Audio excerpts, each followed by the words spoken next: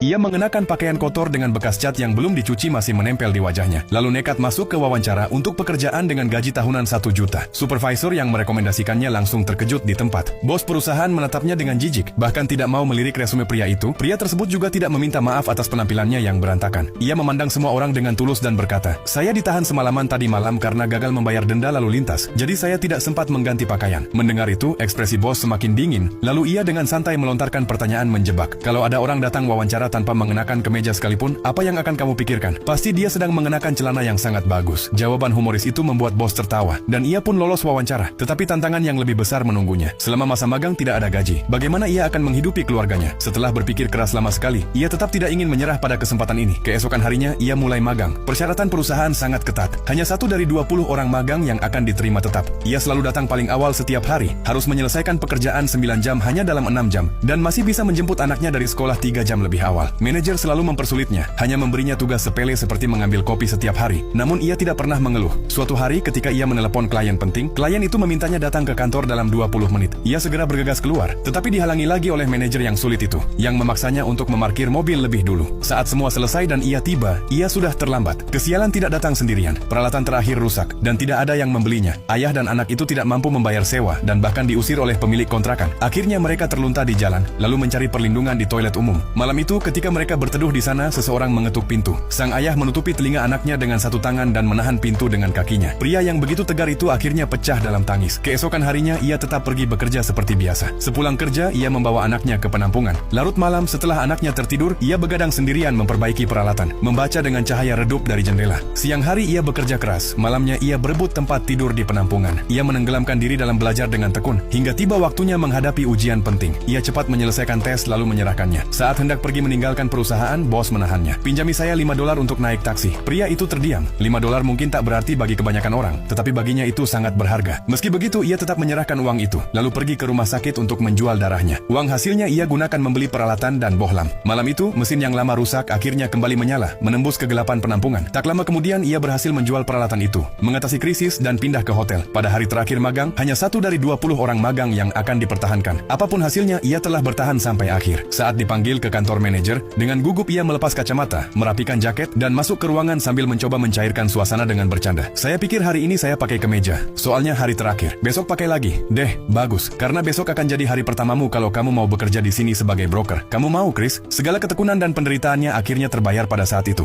Terharu, ia keluar dari kantor, lalu bertepuk tangan untuk dirinya sendiri di tengah jalan yang ramai, sambil menangis.